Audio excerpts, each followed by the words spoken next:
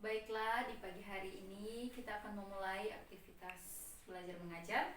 Namun sebelum itu kita akan awali dengan doa, dan kita akan berdoa sesuai dengan agama dan kepercayaan kita masing-masing. Dan mari kita berdoa.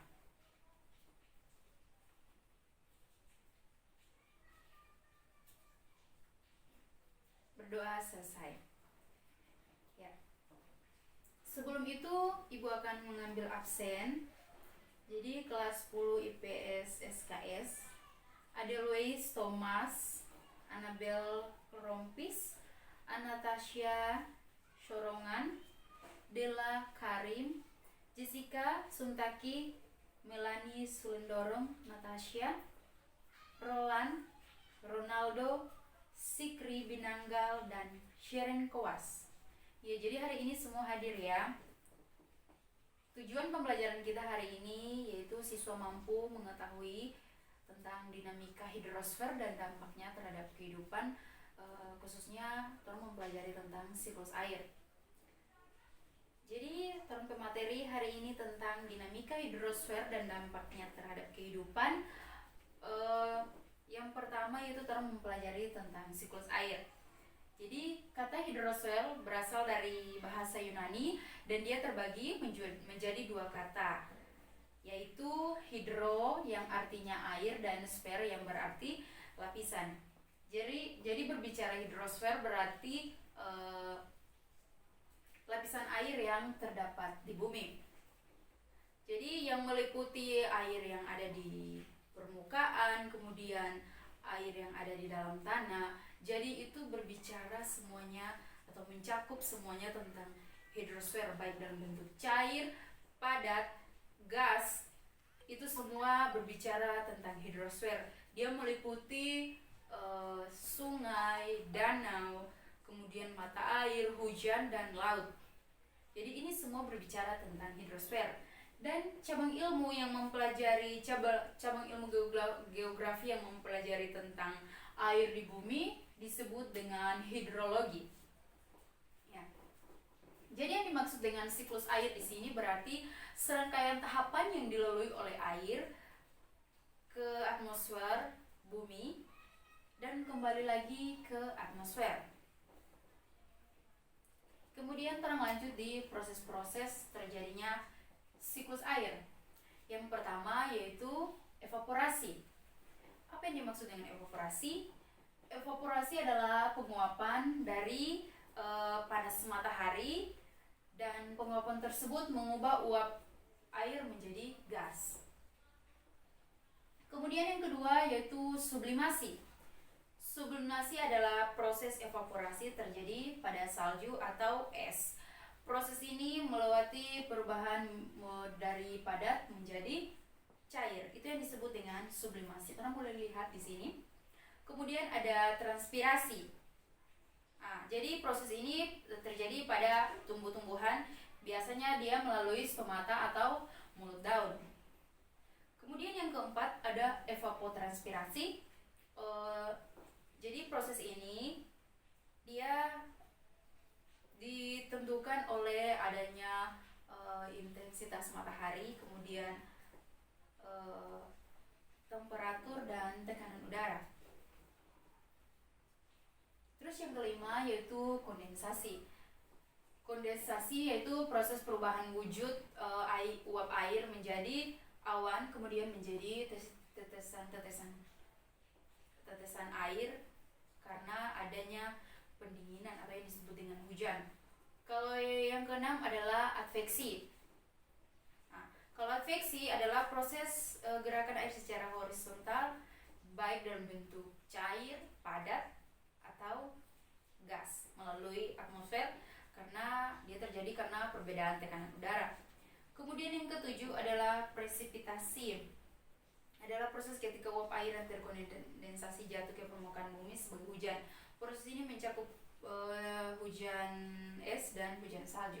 Itu adalah proses-proses terjadinya siklus air. Ya, sampai di sini ada yang ingin bertanya sebelum kita lanjut? Ya, jika tidak ada, kita akan lanjut.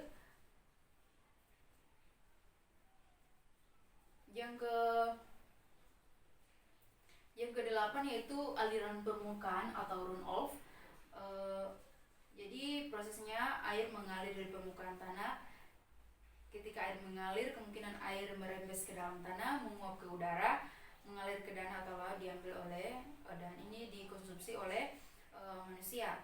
Kemudian yang ke-9 adalah infiltrasi atau prokalasi adalah proses penembasan air ke dalam tanah secara vertikal dan horizontal, dia melalui pori-pori tanah dan batuan. Jadi kalau proses infiltrasi ini dia masuk ke dalam tanah atau secara vertikal dan horizontal dia masuk di dalam tanah dan baik di tanah dan juga batuan. Nah, ini adalah gambar siklus air yang pertama tadi yang sudah Ibu jelaskan.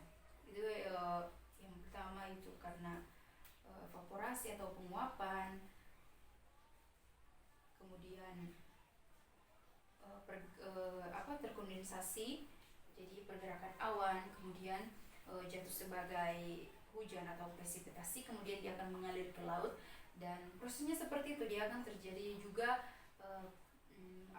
pemanasan oleh matahari dan dia menguap seperti itu. Kita akan masuk yang materi selanjutnya, itu tentang 3 macam siklus air.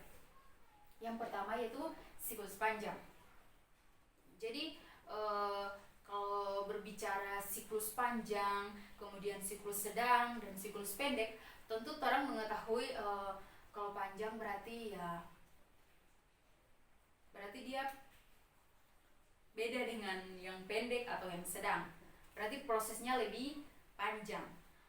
Jadi yang dimaksud dengan siklus panjang di sini terjadinya penguapan atau evaporasi air laut dan air yang ada di permukaan. Nah, ini siklus panjang. Ketika terjadi penguapan,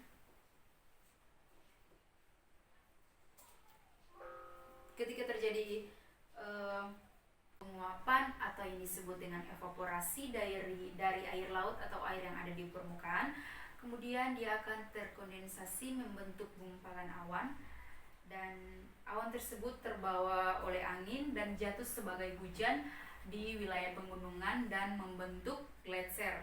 Kemudian dia akan mengalir masuk ke dalam sungai dan akhirnya dia akan kembali ke laut. Jadi prosesnya seperti itu. Itu yang disebut dengan siklus panjang.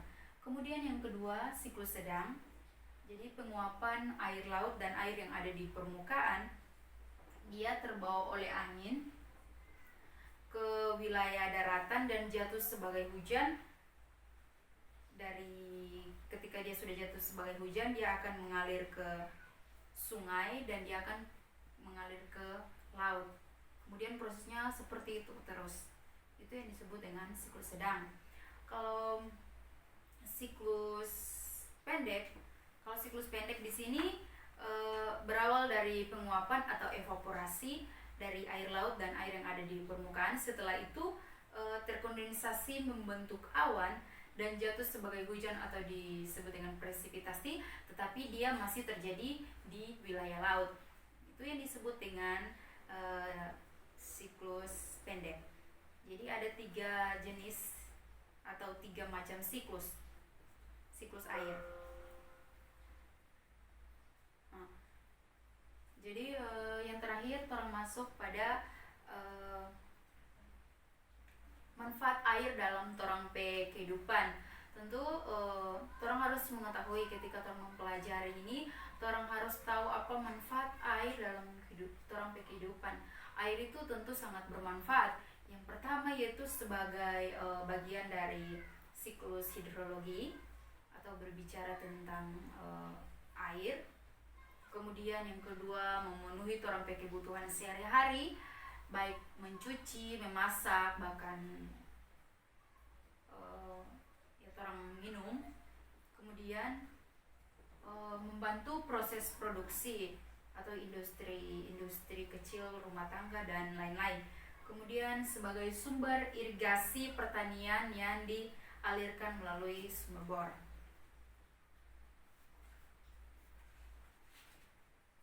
Ya, jadi mungkin terang materi hari ini sampai di sini. Jadi kesimpulan dari materi kita hari ini yaitu siklus air adalah serangkaian tahapan yang dilalui oleh air ke atmosfer dan kembali lagi ke atmosfer. Jadi ada 3 jenis siklus air. Yang pertama siklus panjang, kemudian siklus sedang, dan siklus pendek. Ya.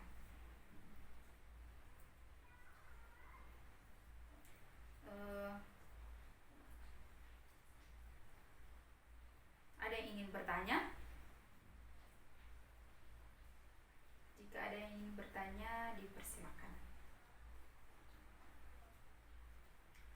Jika tidak ada, semoga materi yang torang pelajari hari ini dapat ya kalian memahami dan mempelajari kembali supaya pertemuan-pertemuan selanjutnya ketika ada tugas atau ada yang nanti ibu tanyakan, kalian dapat mengerti atau bisa menjawab mengenai torang materi hari ini.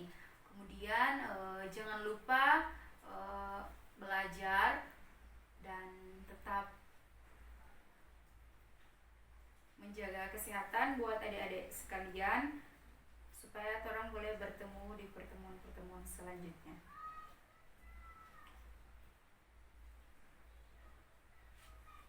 Ya mungkin orang pertemuan sampai di sini, dan sebelum orang menutup pertemuan di hari ini, orang akan berdoa, dan orang akan berdoa juga melalui kepercayaan masing-masing. Mari kita berdoa.